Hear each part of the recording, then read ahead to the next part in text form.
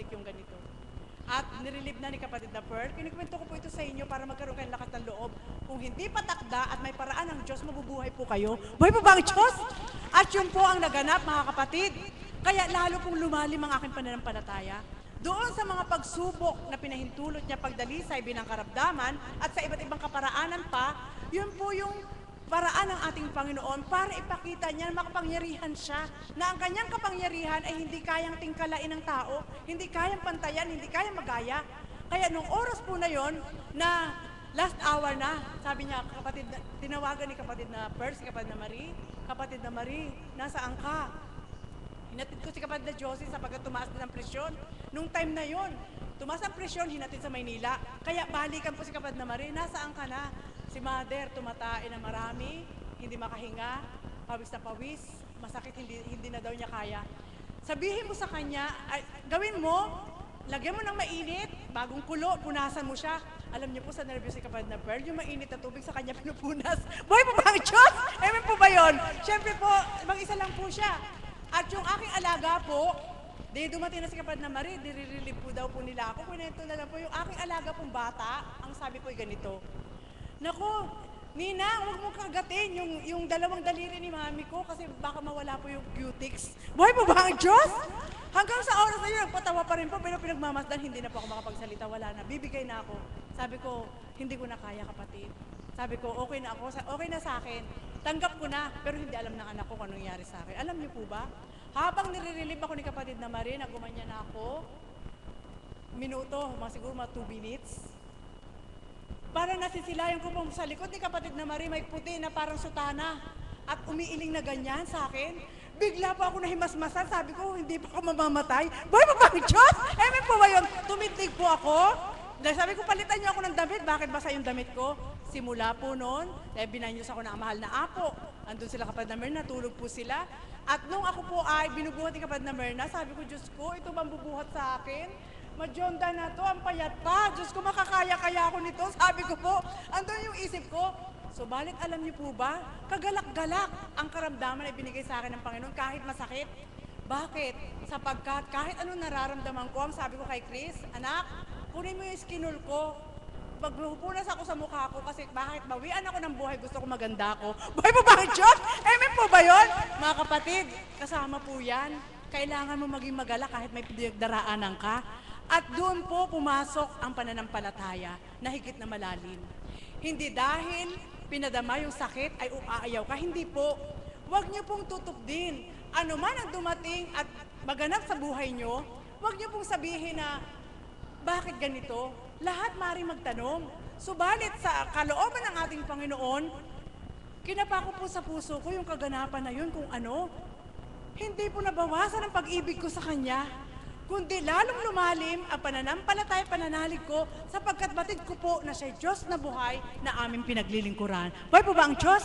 Sa madaling salita po, mga kapatid, mahaba man po ang pahayag, subalit kailangan pong baybayin upang ang bawat isa po ay hindi magdalawang isip. Kung ano man ang nagaganap sa kanyang sarili, panghawakan yung kayang gawin ng ating Panginoon, magkaroon ng paninindigan na kaya niya yon at ikaw ay hindi maging salawahan sa Kanya. Buhay po ba ang Diyos? At doon po naganap ang lahat.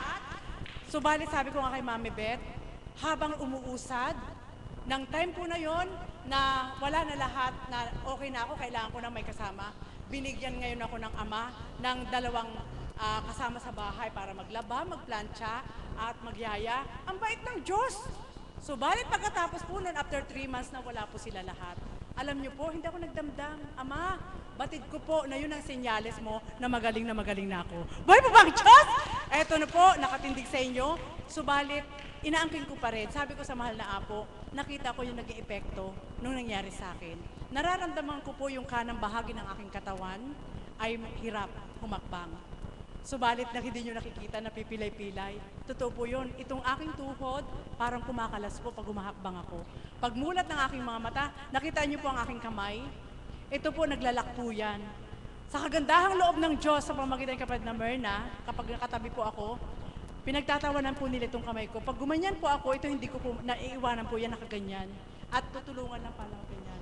Subalit purihin ang Ama, dahil sa pananalig at pananampalataya ko sa Diyos, sa pamamagitan ating mahal na Apo Kunching. Ang mga kapatid sa kanilang mga palad, kung alam nyo at batid nyo na ang Diyos ang kumikilos sa kanila, manampalataya po kayong tapat at may garong kagalingang ibibigay sa inyo. Buhay po ba ang Diyos? Napakarami po. Kaya sa madaling salita mga kapatid, nawa po kayo sa dakong ito.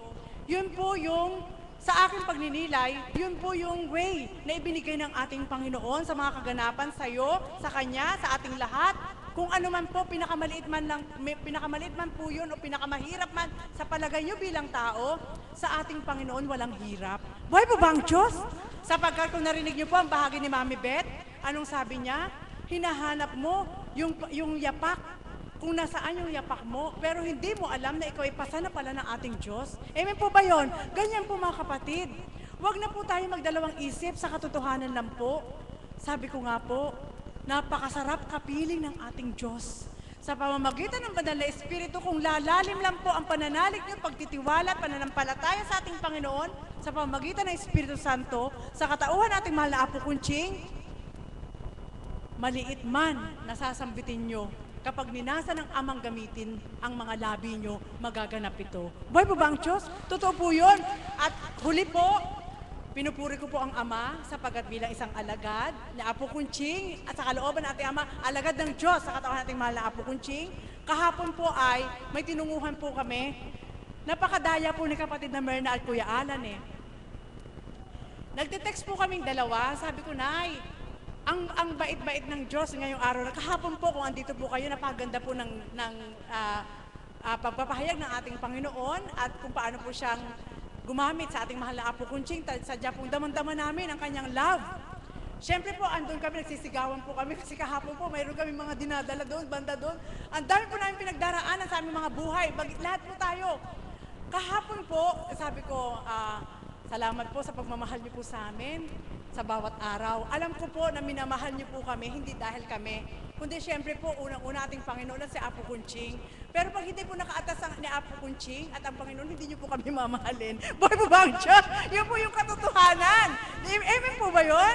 Siyempre po, pag hindi nakaatas sa pangalan ng mahal na Apo, hindi niyo po kami mamahalin. Siyempre po, kung alagad, halimbawa sabihin niyo, alagad kami ni ganito. Siyempre iba po, yung tatak na iniwan ng ating Panginoon sa katawan natin mahal na Apo Kunching. Kahapon po ganito, kapatid na Myrna, sabi ko, anak, nasaan ka na ba? Kumusta? Ganun po, siyempre kami po, bawat alagad, kung may pahayag ang Panginoon, kailangan ipahatid po. Maaaring gamitin ng sino man, ipahatid ang mensahe ng ating Panginoon. Alam mo, hindi siya nagsabi sa akin ng totoo kung nasaan siya. Sabi ko, ay sayang, nasaan na kaya sila? Sabi ko, parang ang mithiin ni kapatid na Pearl, may pupuntahan kami, sasama namin, ano po. Pero walang sinasambit kung nasaan siya.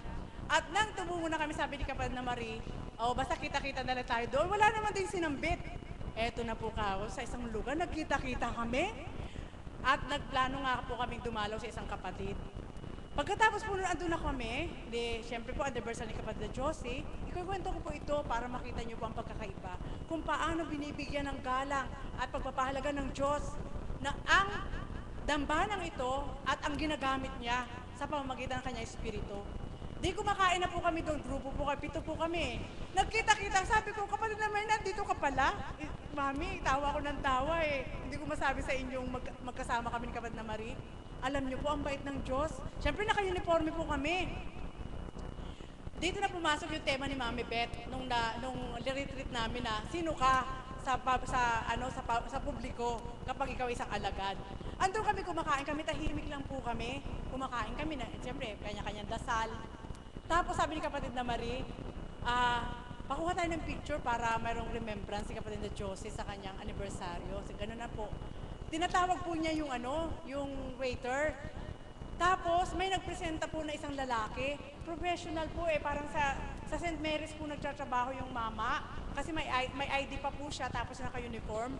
Tapos sabi po niya, parang familiar kayo sa akin. Alagad po, kay Apo Kunching po ba kayo? Di, tumangulan po kami. Sabi niya, kaya pala mukha kayong mga banal. Buhay mo ba ang Diyos? Amen po ba yun? Kahit nagbibiro siya o hindi siya nagbibiro, alam po namin na bukal sa puso niyo, siya po na kumuha sa amin ng picture. Alam niyo po, lalo kami tumahimik. Nako, huwag kayong maingay. alagad tayo ni Apo Kunching, nakikita tayo ng Panginoon. Yung paghanga po nila doon sa mga lingkod ng Diyos, na katotohanan tumutupad at gumaganap, sobrang galak ang aming puso. Ito yung binahagi hindi para magmayabang. Doon po namin nakikita na yung pananalig at pananampalataya namin sa Diyos, hindi man kami kilala, subalit nakikilala kami dahil sa Kanya. Buhay po ba ang Diyos? Amen po ba yun? At yun po mga kapatid, iiwanan ko po sa inyo, mahaba man, kayo man na po ay nainip at hindi nyo nakita ang mahal na Apo, subalit kung sa puso nyo at sa isip nyo, alam nyo na ang Diyos ay tipanan niya ang dakong ito, magalak po kayo sapagkat hindi po kayo masisiro. Amen? Pag uwi nyo po at mamaya may gawain pa kung kayo'y dadalo, magagalak pa rin ang puso nyo sapagkat mayroon kayong maiuwi.